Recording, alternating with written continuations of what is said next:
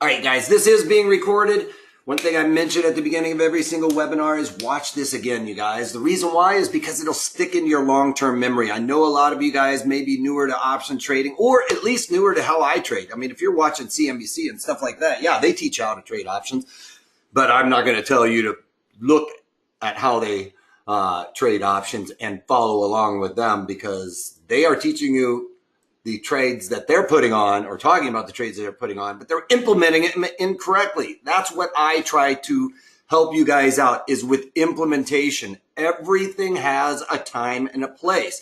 The long iron butterfly is right in line with that. So if you follow my rules, it's not to say that you are going to nail it every single time. I'm not here to tell you that's going to happen. We may have the directional assumption incorrect, but what I have done is created rules that you follow so that you are increasing your probabilities of success, so you don't fall into the trap that these guys are laying out for you. All right. And always be weary of what they're telling you, because I've been on the floor for a long time and I've seen these guys talk opposite of their position on TV to get everybody to limbing into their position. So be careful of that. All right, so this one is on any directional bias. So that's what I want you guys to take away from this in the beginning, is we have not just any directional bias, but it's more along the lines of like, I believe it's going to break out to the upside, but I'm really concerned about the downside here as well. I just feel like there's a big move ready to happen. I'm leaning maybe towards one direction or the other, but I want to be very protected on the other side as well. So this is a great strategy for that type of assumption, where you're kind of a little bit interested in the downside as well as opposed to the upside. Okay, so this is really for a breakout move, but we really don't necessarily know for sure. Not that we ever really know, but we just have a little bit more suspect than just a bullish or just a bearish bias. Okay, now let me get a couple things out of the way real quick. My name is Eric Wilkinson. I've been on CNBC, Fox Business, and even quoted in the Wall Street Journal for everything from economic to geopolitical and market analysis. I actually started trading in college with some money I had earned, and after graduating with a finance degree, moved to Chicago and started working on the board of trade. I didn't even fill out a resume, to be honest, and have been trading everything from financial futures, equities, stocks, currencies, options, on just about all these products and just about every market condition. This basically says any opinions, news, research, or analysis, or anything contained in this webinar is to be considered, it's considered to be general commentary and should not constitute investment advice. Please remember, past performance of any trading system or methodology is not necessarily indicative of future results. You can follow me on Twitter at Wolfman's blog, or our parent company at ProTraderStrat. We also have a Facebook page at ProTrader Strategies. That is where you are going to get access to a lot of these videos a little bit sooner than maybe through the email, a little bit easier to search than on YouTube and stuff like that as well. Like I mentioned, this is the long iron butterfly, but one thing we're going to kind of forget about is that it is the long iron butterfly in this webinar. Until we narrow it down to where we get there is really kind of how I want you to think through this. But one of the things we did talk about already, if you guys have been following along in this entire course, is we've done the long straddle. And it's so easy, right? It's the at the money put and the at the money call. And we talked about we're trying to create a relatively delta neutral trade on these. Okay. Overall, it's going to be a relatively delta neutral trade as well. But we want to try and make sure we're trying to get the at the money. And the way to see that is that these are going to be, the puts are going to be a 50 delta and the calls will be around a 50 delta. Now, you're never going to get that unless, say, for instance, we're looking at a stock that's trading $100 and then we can hit that, the 100 strike call and put. All right. That's not going to happen. That's the only time you're really going to get to that 50-50 delta. But what I'm saying here is we don't necessarily want to go down to like the 85 straddle, okay? That's what we want to stay away from. All right, and if you guys remember on an Analyze tab, I did my 85 the other way where we did the straddle this way. That's just kind of how we used to write it on our trading cards. But that you can see how I got that whole thing is because that's how the straddle ends up looking depending on whether you're buying or selling it, okay? But what I want you guys to notice is where the break evens are and things of that nature. Now, for this particular strategy, we are seeing that we would have unlimited upside potential. Now, if we wanted to limit some of that risk involved, because what happens is, we paid a lot for that straddle. Well, when we sell an out of the money put and an out of the money call, that is going to limit our risk in the sense that we are going to be narrowing our break evens. It's not going to be as heavy of a lift to get to our break evens in this regard. Yes, we are doing the iron butterfly, but what I want to do is, we need to, I just want to refresh everybody. The iron butterfly is just this particular straddle with defined risk. Okay, so rather than it going to infinity and beyond, we're going to limit our risk in a sense by drawing it out, which it will end up looking more along the lines of this without me scratching up on the screen. Okay, so the defined risk, yes, we are going to have given up that unlimited profitability to the upside. But what we're looking at is the probability of reaching this plateau up here is going to be relatively small, okay? And I'll go into the detail as to why that is. But what we can also see here is we're picking those same strikes. It's on the same underlying. The break even here now is going to be right around, what is that, $91.05 to the upside, and to the downside, we're going to be looking at $79-ish to the downside, okay? Whereas before, when we were looking at this one, our break evens were much further away by $3 on either direction, okay? So what the benefit of this is, yeah, we're giving up the unlimited profitability to the upside, but the probability of us really getting up and beyond that is relatively small. So if you have a lower risk tolerance, then this is going to obviously be the better choice for that type of move, okay? So without further ado there, then we're going to be looking at picking the right underlying.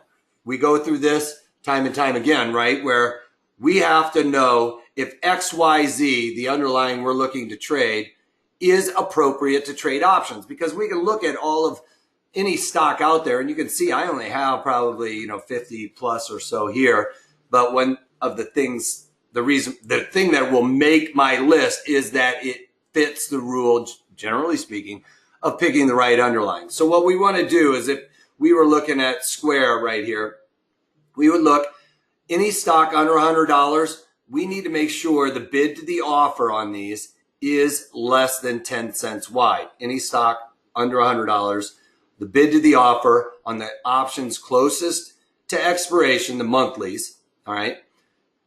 The monthlies that are closest to expiration have a very tight bid ask, all right? There was something else I wanted to say there with that. Any stock that's over $100, let's just look at American Express. Then we just move the decimal place 3 ticks to the left, and we would say 12 cents to the bid ask, all right? So this fits that rule there. Now, this is also during open market operations. It's not going to always fit my rule if you're kind of like doing your due diligence after the market closes, or maybe even you get up a little bit early before the market opens to see how things are setting up. That rule won't necessarily be applicable before the market opens, all right? It might be a little bit wider. It's really during open market operations when everybody starts coming into the market and putting their orders in there. It tightens it up. what happens is when the markets are really tight, it means there's a lot of eyeballs on this market, and it means free market price discovery is in full swing. When it is a stock like, say, for instance, AutoZone, everybody's heard of AutoZone. Aon doesn't always fit the rule either, but everybody's heard of those stocks. It's just there's not a whole lot of options activity in that underlying. Another funny one is the CBOE. CBOE is actually the Chicago Board of Options Exchange. Well, nobody trades options on the options exchange company, which is kind of interesting. But just make sure, just because you've known or heard or believe that it's a household name, that the people are in there trading those options, okay? So what we want to do, a stock over $100, move the decimal 3 ticks to the left. That's how wide the bid offer should be. And if it's less than $100, then we are looking at 10 cents wide or less, okay?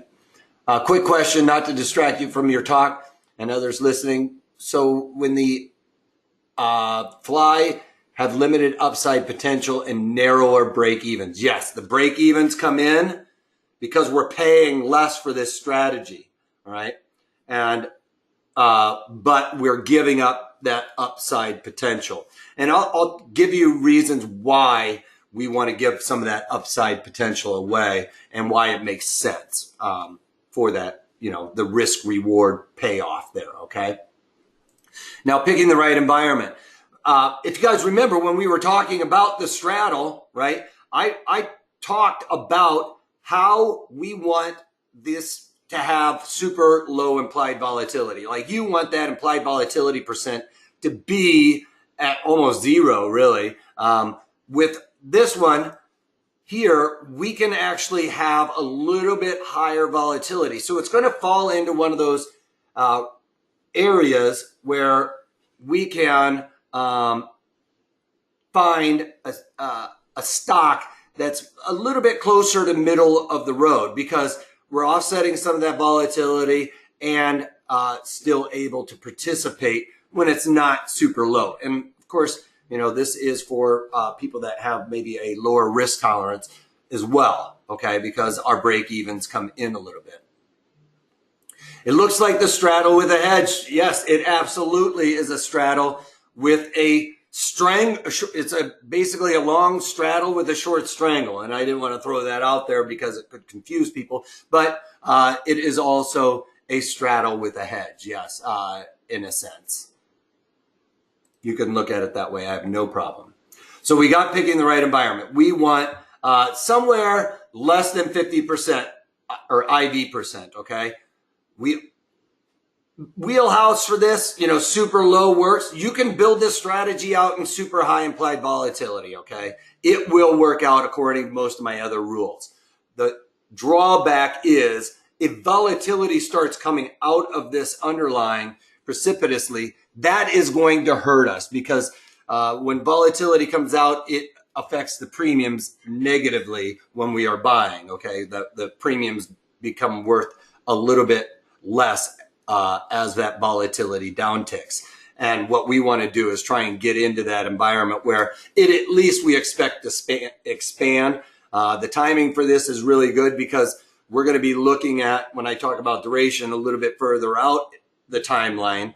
And a lot of that further out the timeline is going to be affected by a binary event, which is the next earnings. Yes, we are still kind of in earnings right now, but we can put this strategy on for the next earnings event coming up. We don't want to get involved in this earnings event with this strategy necessarily, but if it's down the road and we're able to get into this strategy a little bit earlier than that earnings event, then we can benefit from volatility expanding, even if everything else, like our directional assumption, is absolutely incorrect. Okay, that's my rule or reason for all of these rules, you guys, is because we don't pick directionality right every single time. But what we can do is set up these strategies and implement them so that we can increase our probabilities of success. We can be directionally wrong and still make money. And that's what this example, if you guys were in a little bit earlier, heard me ranting about before the start of this webinar is that, if you're listening to guys on TV, they aren't necessarily following these rules and are really getting people into a perilous situation, to be quite honest. So picking the right environment, we are looking for implied volatility percent. So I'm going to pull this up again real quick. And what we're looking at is over here. You see, I just even have IV percent. That's implied volatility percent. And what it is it's basically a mathematical equation. And we are going to take we need 3 data points. We need the high, we need the current, and we need the low. All right. So our high was 42. Let's call it 40. Yeah, let's just call it 42 for math. 42 for the high, 16 for the low, and the current is 23. So 42, 23, and 16. So picking the right environment, hopefully that doesn't look funny on you guys. So what we're looking at here is we need to have the current minus the low. And we take that sum and divide it by the high minus the low sum, okay? So we had the current was 23. We had the low was 16. All right, so we take that sum and divide it by the high, which I think we said was 42 minus 23. All right, so we have 7 divided by 17. Okay, so my brain's not going to do that math right now, so let me try and pull up my calculator. And we basically say 7 divided by 17 equals 41%. Did I do the math right there? 6, 13, 17, 23, 6, 4, 5, 6, 7, and 17. For some reason, that's saying 41. That's kind of wrong because I got 25 on this one. It looks like a little bit lower. So 42, and my low is 16, 23. So 4, 5, 6, 7, 7. Oh, because I got 23. Somebody's blowing me up. Thank you, guys. Thank you. Yes, because I can't do... This is 16. Thank you. Oh, my gosh. I was like... so 16 to 42, what do we have there? Then we have 27. Is that right? 26, actually. 26.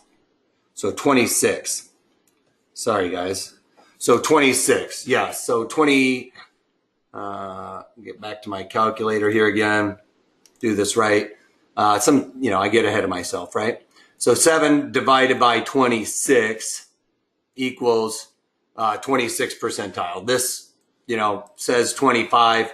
That is a little bit more accurate because they're taking it all into consideration. So yes, it is the current minus the low and then the high minus the low, and I went with the wrong one, which is why I threw off my number.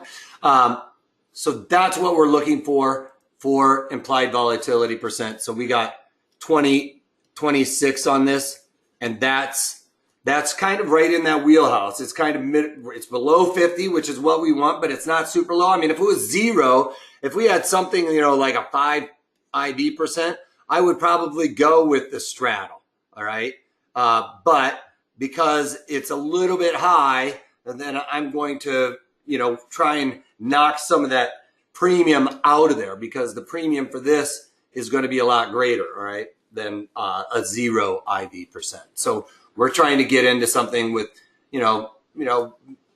half, 25, 35-ish, all right, even up to 50 to be quite honest, as long as you kind of thought implied volatility was going to expand in this underlying, maybe heading into an earnings or, a binary event or something like that. So we want to make sure we kind of nail that.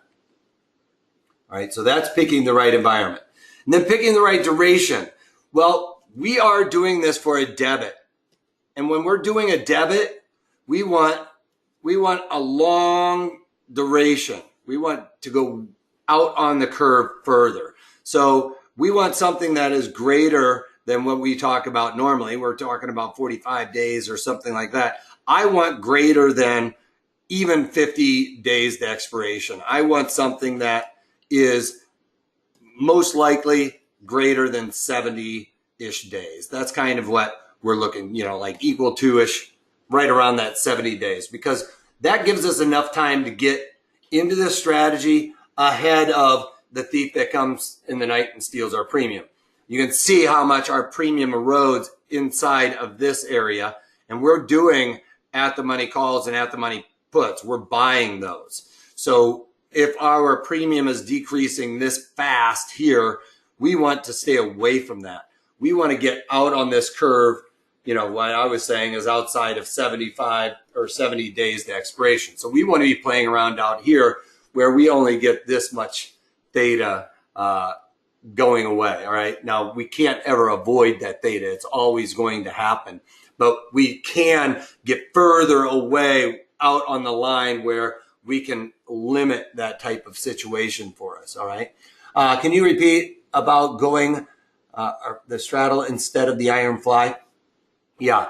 The at the money call and put are long or short straddle. This is for the longs, the longs. So we are doing the long iron butterfly here. So, but we're still buying the at the money call and the at the money put. All right. So if we're buying those at the money, they're going to decay faster than those ones that are even further away from the market. But we want to get out here so we limit that theta decay component. Okay. That makes sense. All right. Can you repeat about going the straddle instead of the iron fly? Yes. So real quick, what we want to do is, if I can find my cursor here, where is it? What we want to look at here is the volatility. We're kind of looking at, you know, somewhere mid-range, you know, below 50, mid-range meaning below 50 mid-range. So 25, 35, you can go up to 50, that's for sure. You can actually even go to down here, but if I go way down here, let's just say, you know, to Twillo, it's $100 stock. And that's another thing, like these, like a $6, $10, you know, anything less than 50 for sure is going to be difficult with the iron butterfly. I'd almost rather go with the straddle in that situation anyway, because that out of the money call and put that we're selling to help finance and bring in our break even is going to be like 25 cents for each of them. We're going to lower our break even by 50 cents. That's really, in my eyes, probably a situation where I'm like, hey, you know what? I'd rather just eat the 50 cents and take my unlimited profitability, right? So those are things you'll have to weigh in your head as well. But when you're above $100 stock, you know, that out of the money call and put that we're going to be selling is going to give us about, you know, $3 or so or more of break even coming into us. Like we're going to be able to narrow our break even by that much. All right. So we want to take advantage of that. But what I'm saying is, if you have this super low implied volatility, it's going to make this strategy where we are looking at something where we aren't going to be able to get very far away.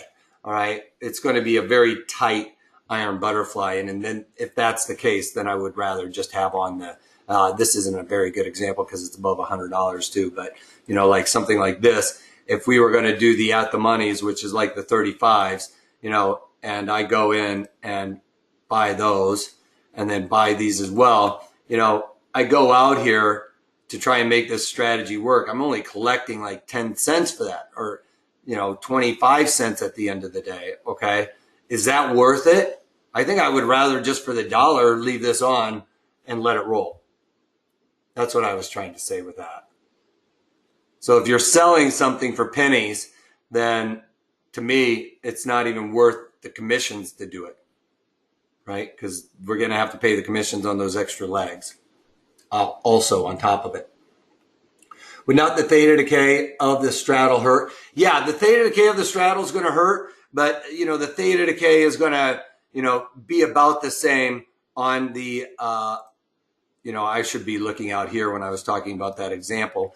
But, you know, even if I came out here 30 cents, that's starting to get a little bit better. I'd probably get about 50 cents to bring that in.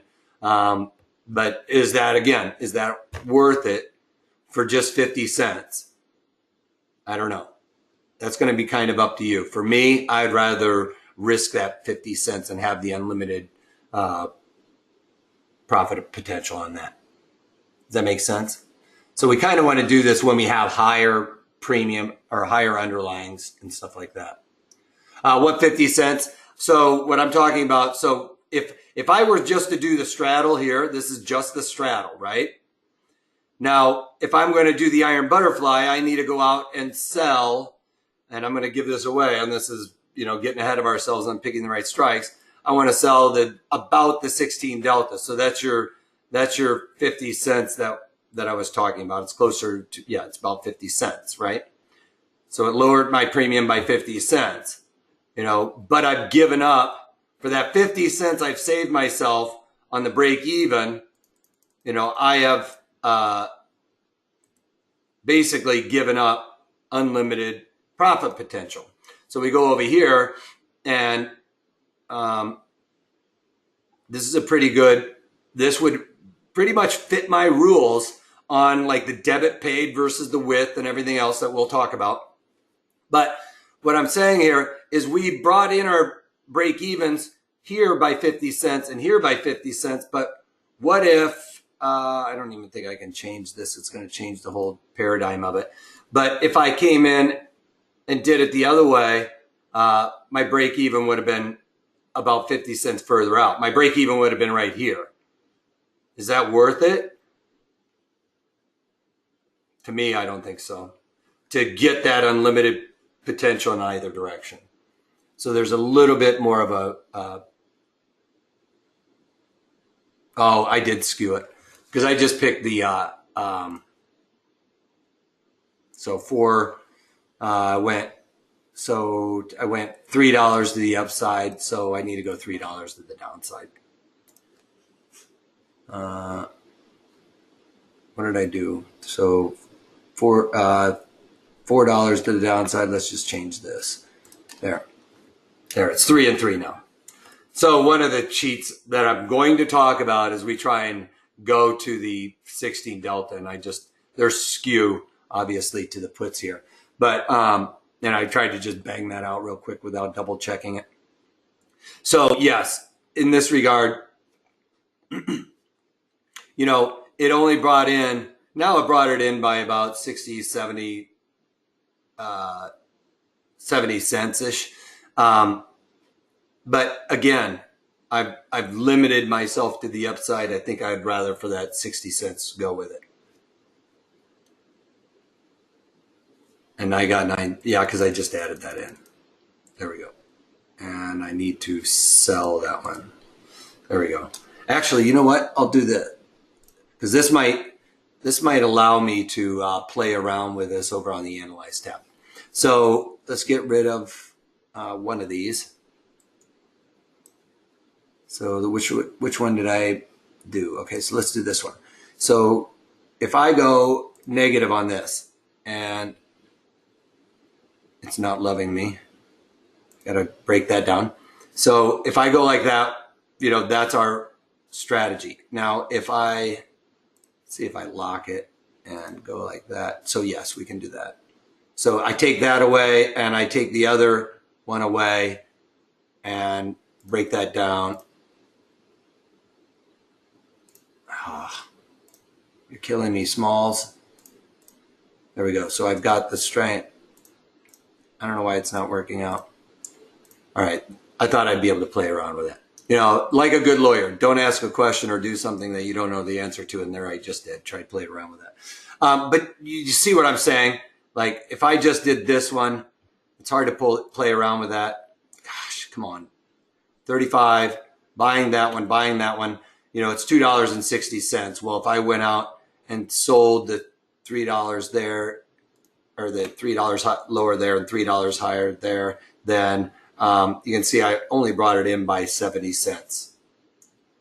I'd rather get a couple of dollars on my break even, to be honest. All right. Okay. All right. So that's the duration, right? So we want to get out on the duration because we want to limit this theta decay. All right. Now, picking the right strikes. I already kind of got into this, right? So what we're going to do is the cheat is to start looking at the 16 delta. All right, so I'm going to go with something with probably a better example here. So let's just look at JP Morgan. All right, so, one of the things we're doing is we're looking at this strategy, and I believe, we've kind of been stuck around in this area. Everything has to do with interest rates or banking crises and everything else. All right, so that's what we're going with. And we expect it to break out in either one direction or the other. I don't know what's going to happen, which shoe's going to drop, but I believe it's going to break out in a way. All right, so then I'm going to look at, is it the right underlying? I'm going to look at JP Morgan, move the decimal 3 ticks to the left. 10, 11 cents is how wide the bid ask should be. You can see that fits that rule. And then I'm going to look at the implied volatility percent, which we can find this in several different places. We can find it down here. It's 33, which fits the rule. I have the code that goes in here to figure it out in your watch list. And then we need to go. So that rule for picking the right environment is closest to expiration during open market operations, but we are playing out here, out on the curve. So we're going to kind of go out here and check this out. So picking the right strikes, we're going to buy the at the monies. Actually, the at the monies are the 10s, right? And it's about a 50-50 delta, about as close as we're going to get, 51 to 49. Those pretty much offset. Now, how do we pick the right strikes on our defined risk aspect? Well, I gave you a little bit of a hint, and it's going to be very close to trying to find that 16 delta. Of course, we don't have it, so we'll start out with $10 higher, and then we're going to go about $10 lower and sell those. So we have an equal breakdown on this. Now, we've got $6.99 for that. Let's just call it $7 to make math appropriate. What we're doing here is we're risking $7 because we're paying that debit, right? And then we only have $3 of profit in this. So what we're doing here is we are paying about 70% the width of the strikes, all right, which is pretty steep. I say we want to pay less than 65% the width of the strikes. If you're getting upwards of 75%, which is you're paying 4 to make 1, then I would say that's a yellow light. You guys have heard me where I do the red light, green light, yellow light. We want all green lights, and a green light would be less than like 65% with the strength. So this is a little bit wide for that. So you could play around with that also and just say, all right, then I'm going to go and I'm going to look at a little bit further out and go out to the 25. But see, again, we're not getting very much for that one. And then going out, what did I go up? 10, I went up 15. So I want to go down 15. So I'm at the 95s. All right. So now we're on a $15 wide, and we're going to have to pull up our calculator and punch that out. $8.60 divided by the $15 wide on this strategy, and we've got 57%. So that makes it end up working out, okay? Yeah, I'm not getting a whole lot on this one, but, it's kind of being made up for out here on this line. And you could do broken wing butterflies. I do webinars on broken wing butterflies. Those have a little bit different rules that you need to follow. So don't just go to the 16 delta because that doesn't necessarily fit my rules for the broken wing butterfly, which is very similar anyway. But what we're trying to do here is make this an equal distance fly, and we brought our break evens in by a couple of dollars, which is nice because look, even just a $2 move today could have gotten us to a break even we were looking to achieve. So that makes it worth it in my eyes for that reason. Now, one of the reasons why I was saying I have no problem with defining this risk on this, remember when we've started out with this earlier in the webinars, we talk about delta, and delta tells us so many different things. It's a beautiful Greek, to be honest. But what it not only tells us, how the pricing is going to be affected by the delta, it also tells us probabilities. And the probabilities in the next 100 days that our underlying is going to be trading 125 is 10%, right?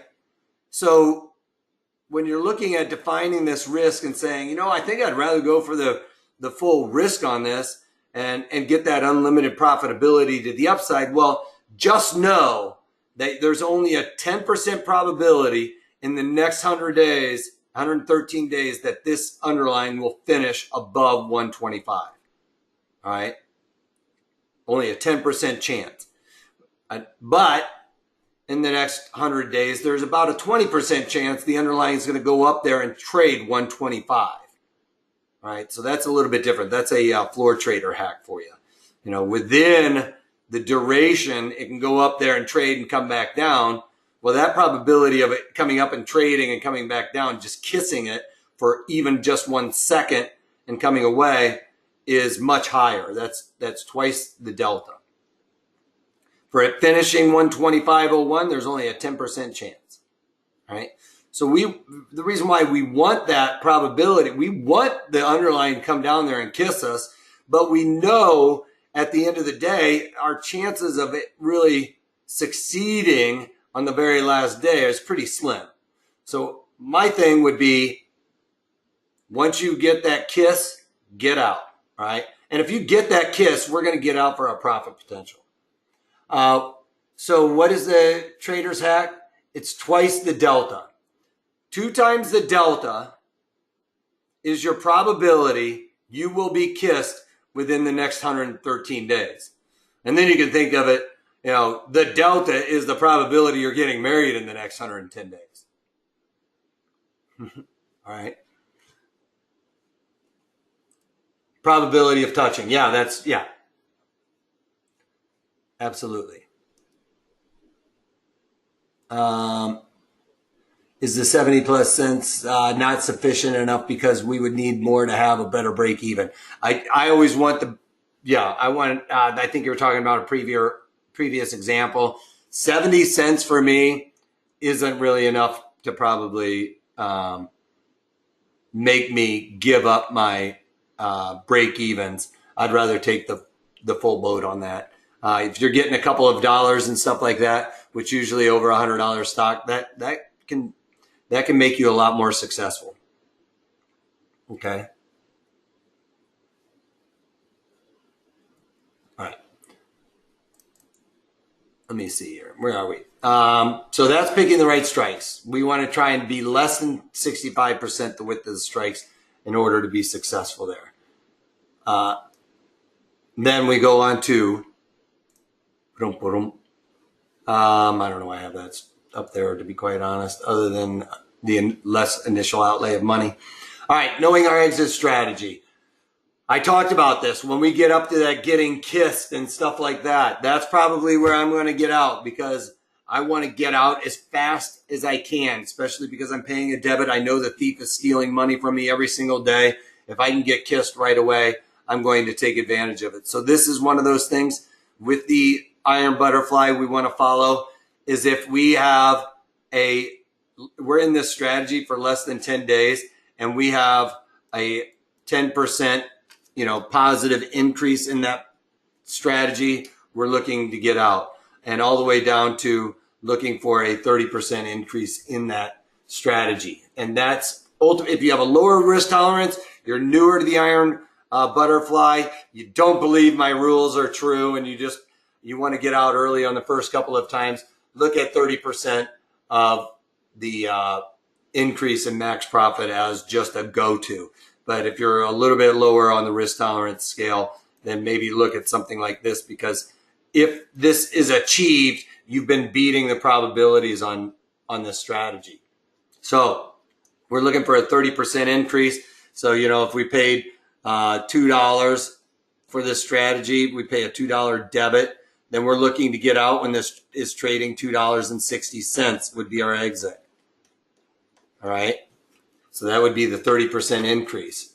Or, especially if you have a more less risk tolerance, I would get out on for a loss. If you're looking at where do I get out for a loss, a 50% decrease in the premium. All right. So if you're looking at your loss, 50% decrease in the premium, get out. That it's probably not going to happen maybe in your eyes at that point. If your assumption changes, get out. It doesn't matter what we're talking about. If you're up 15% after, you're up 15% after 25 days and you're kind of like, hey, my assumption all of a sudden changes, get out no matter what. Always get out anytime you get that in the back of your head. Your limbic is saying get out, which is a part of your, no, I'm not going to get into all that, but get out. If your gut's telling you to get out, that's when you get out. All right, so our max profit is the width of the spreads minus that debit paid. And remember, I said we're looking at paying, less than 65% the width. We're paying less than 65% the width. That means, that 35% is kind of what your max, that other side of it. So we were looking at $10 wide on the underlying. I pay $6.50 for a debit. That's what we're looking at for a debit. Sorry. We're looking at a $6.50 debit. Then our max profit on this is going to be $3.50 is our max. All right. And our max loss is pretty easy. It's that premium paid. In my last example, I said, like $6.50. That would be our max loss in this situation. Now, when we're looking at our break even, it's going to be that long call strike. So let's just say we're doing the 100 strike here and the 100 strike there. Well, if I paid $6.50, then my break even on the upside is going to be, when it's trading 106.50. Now remember, this is at expiration. This is at expiry, all right? That's your break even at expiration. We can achieve profitability right away, even with the underlying not moving, just with that volatility expansion. If we get volatility expansion and the underlying stays where it's at, which is a rather rare occurrence, but if volatility really starts expanding for us, we can become profitable before we've ever reached this break even, which is what we're looking to do. That's why I try and set these strategies up for implementation. If we can get that expansion and volatility, I don't ever have to even see 106. It could stay right here at 100 for the next 5 days, and I just see volatility start going through the roof. I get that volatility going up. That's going to make me profitable. Even though the underlying is flatlined, XYZ, this is your chart. We look at an XYZ chart and it's just like this. But we look down at that volatility coefficient and we are exploding. All right. So we could be profitable and get to that, 20, 30% increase in our premiums without the underlying ever moving. All right. And to the downside, then we subtract that $6.50 to the downside. So we'd be looking at 103.50 is our break even on the downside. All right. Why did volatility expand without the stock moving? Because what happens is people are buying the premium in the stocks. So that's really how volatility starts expanding. It's a product of more buyers and sellers of those options premium. All right. So if a lot of people are coming in and Googling it up because they expect that big move, the underlying doesn't have to move, but because everybody's buying options till the cows come home, that increases the volatility. It increases the prices of those options contracts, and we'd be able to get out. That makes sense? All right. I mean, I can show you a loose example of that with that one that we were looking at. So let's just go over here to this one and show you that we would want expansion and volatility on this.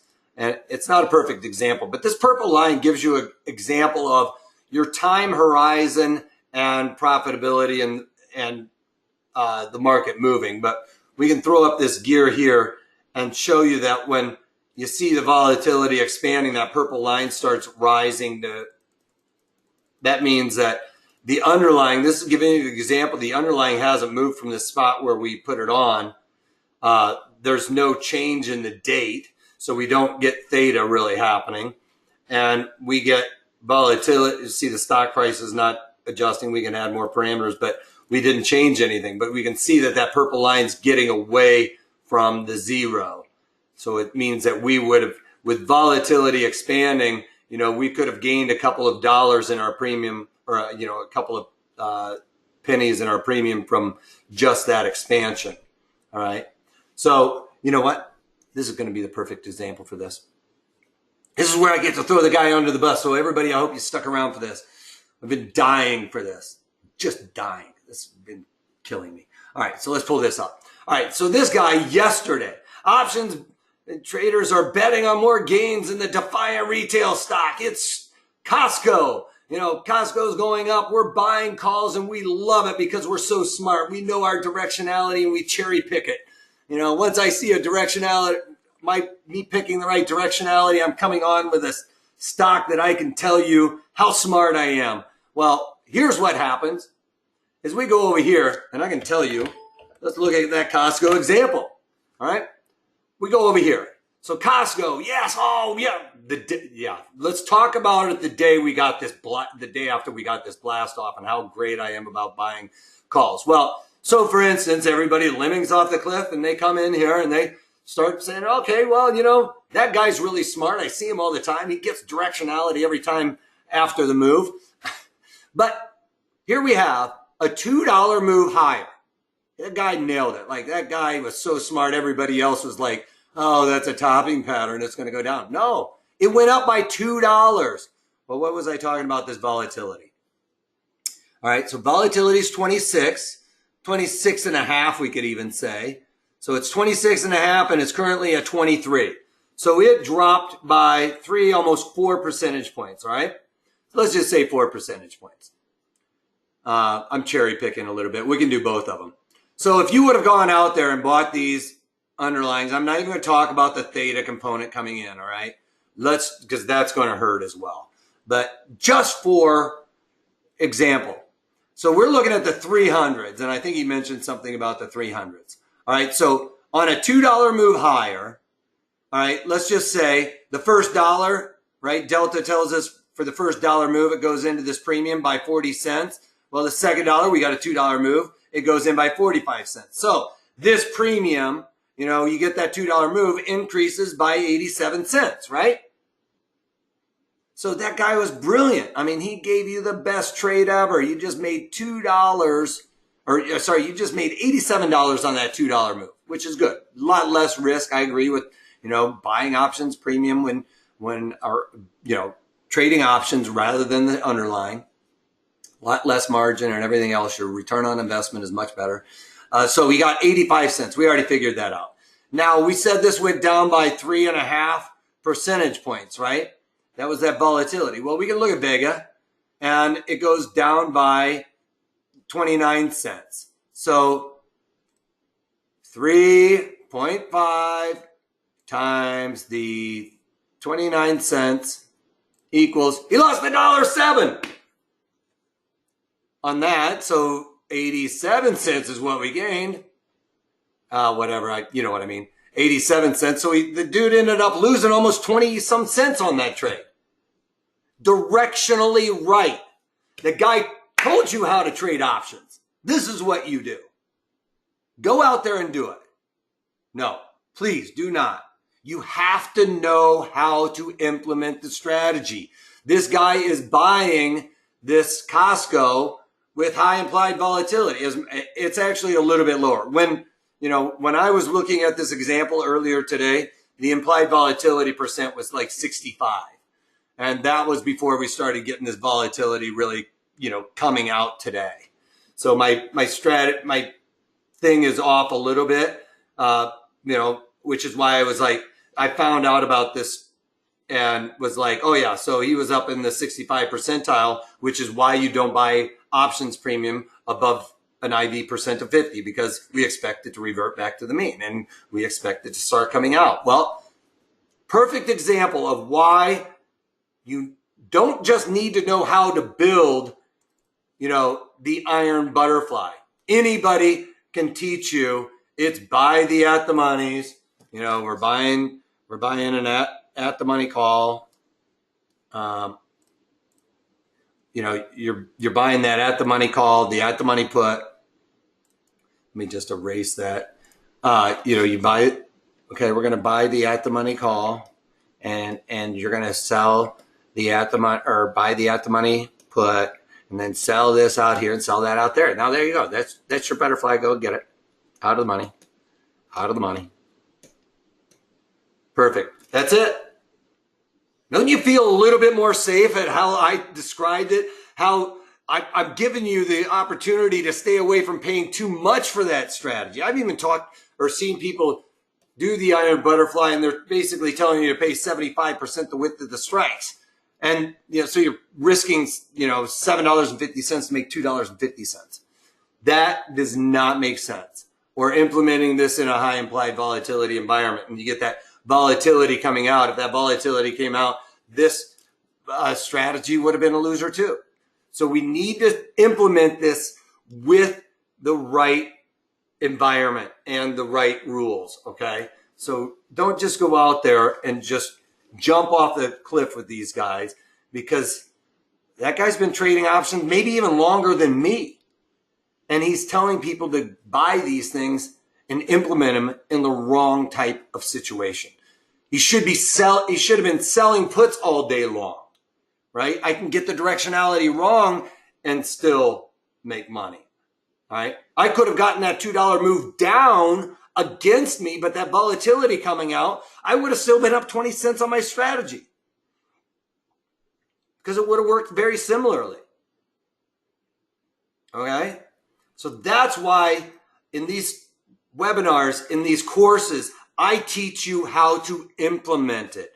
You would not have been buying that call strategy in the environment. We would not have been talking about Costco ever about buying that call strategy. I'm talking about the rules, the strike location, everything. That guy's not giving you what his strike location is every single time. He's cherry picking where the underlying went days afterwards. Oh, he would have bought these, 297.5 calls, then you would have made, the move higher. We would have been getting out. You saw that happen. Well, no, I'm telling you how to get this in there when we don't know what's going to happen going forward necessarily, and we're setting ourselves up for success. So if you are newer to option strategies, this is the thing you guys should be taking advantage of. I've got this over in the chat window. There's a hot link in there. If you click on that, it will pull up just what I got here. For $36, you're going to get that entire course, which is well over 6 hours of content. You will avoid the pitfalls of what this gentleman is talking about, even though he said he made money on them. I showed you a perfect example of how getting in there just today without even cherry picking it, that you're setting yourself up for a disastrous type of situation. So this is great for options for beginners. I go into more detail of the delta and the vega and the theta and all of those things, and drill down on that. Whereas when we're in these more complex or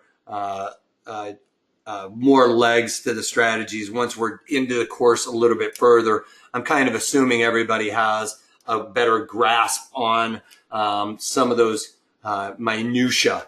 All right, I'm not going to pound that into everybody's head every single time as we go along, but these really emphasize a lot of that information that you need to be successful with trading options that maybe my boy Kudlow or whatever his name is should watch my webinars.